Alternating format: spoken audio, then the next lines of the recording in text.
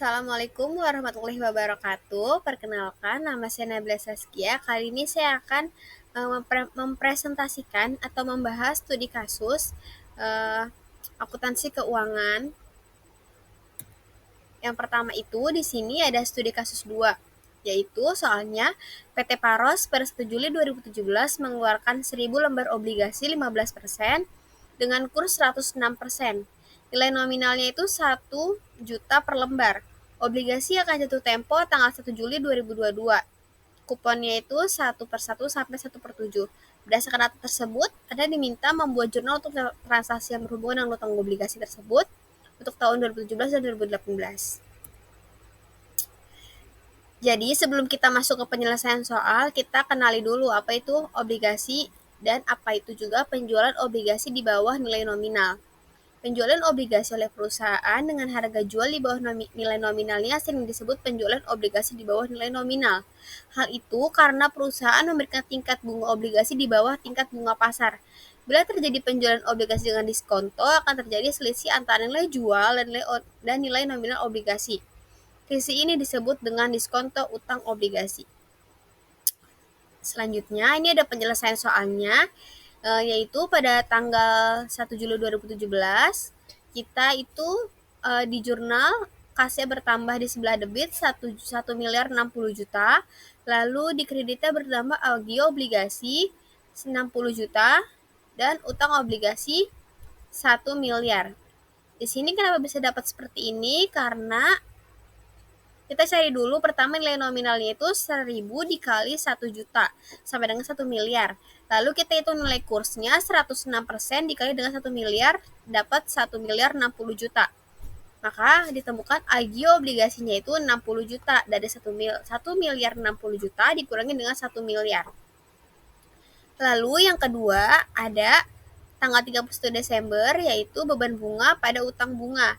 Ini cara penyelesaiannya itu dari tanggal 1 Juli ke tanggal 31 Desember itu kan 6 bulan. Lalu 6 bulan dibagi 1 tahun itu kan ada 12 bulan. Jadi 6/12 dikali 15%. Dikali dengan 1 miliar sama dengan 75 juta. Lalu yang kedua itu ada tanggal 1 Januari yaitu 1 Januari 2018. Utang bunga pada beban bunga itu jurnal pembalik, jadi kita balikan saja jurnalnya.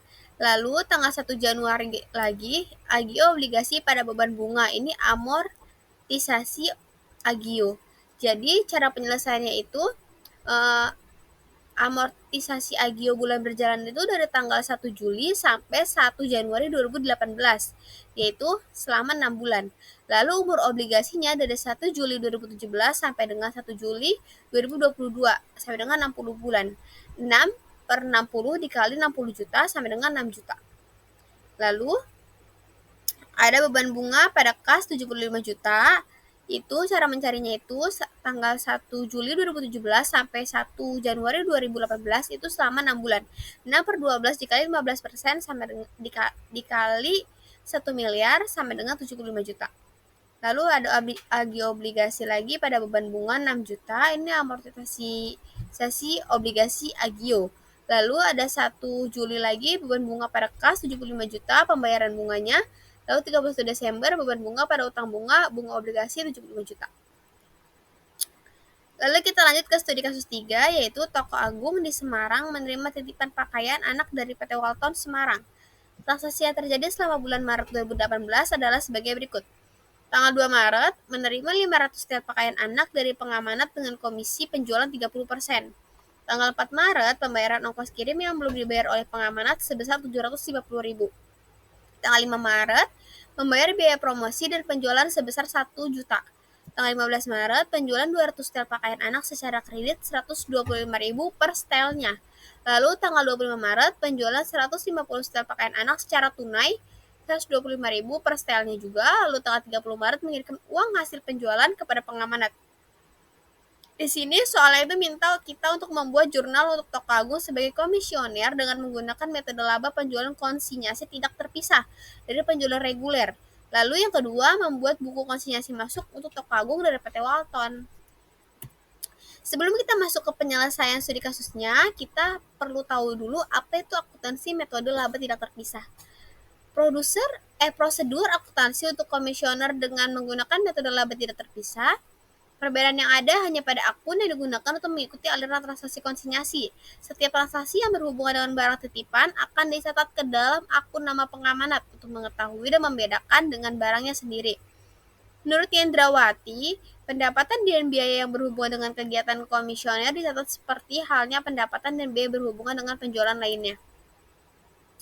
Lalu, komisioner hanya membuat jurnal saat mengeluarkan biaya yang berhubungan dengan kegiatan komisioner, atau saat penjualan barang konsinyasi dan saat mengirimkan laporan konsinyasi ke pengamanat serta saat mengirimkan uang kepada pengamanat. Pada saat komisioner berhasil menjualkan barang konsinyasi, timbul kewajiban komisioner untuk menyerahkan hasil penjualan tersebut kepada pengamanat. Jumlah kewajiban komisioner adalah besar hasil penjualan dikurangi pendapatan komisi. Biaya yang dikeluarkan oleh komisioner tersebut akan digantikan oleh pengamanat. Pada saat komisioner mengirimkan laporan penjualan ke pengamanat, jika tidak disertai dengan pembayaran, timbul utang kepada pengamanat.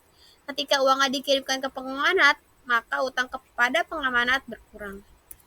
Lalu kita ke penyelesaian studi kasusnya, yaitu tanggal 2 Maret itu ada jurnal menerima kiriman 500 tel pakaian anak dengan komisi penjualan 30%. Ini tidak dibuat jurnal, tapi kita catat sebagai memorandum. Lalu yang tanggal 4 Maret itu mencatat pembayaran ongkos kirim 750.000 itu akunnya kas pada beban angkut pembelian.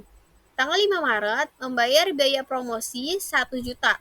Akunnya itu utang PT Walton pada kas sebesar 1 juta. Lalu tanggal 15 Maret penjualan 200 tel sebesar 200 dikali 125.000 per piecesnya itu dapat 25 juta. Akunnya itu piutang pada penjualan. Kenapa piutang? Karena itu dia dengan metode kredit bukan tunai. Lalu tanggal 25 Maret penjualan 150 tel, 150 dikali 125.000 sebesar 18.750.000, yaitu akunnya kas pada penjualan.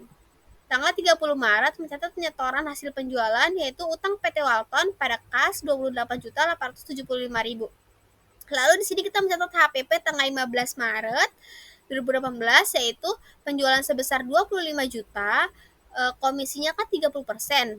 Jadi 25 juta dikali 30% dapat 7.500.000. Lalu kita kurangi hasilnya dapat 17.500.000. Lalu kita bikin jurnal lagi pembelian pada utang PT Walton 17.500. Lalu HPP tanggal 25 Maretnya penjualannya itu 18.750.000 dikalikan 30% dapat 5.625.000. Lalu kita kurangi hasilnya dapat 13.125.000. Pembelian akunnya itu pembelian pada utang PT Walton 13.125.000. Sekian presentasi dari saya, kurang lebihnya mohon maaf. Wassalamualaikum warahmatullahi wabarakatuh.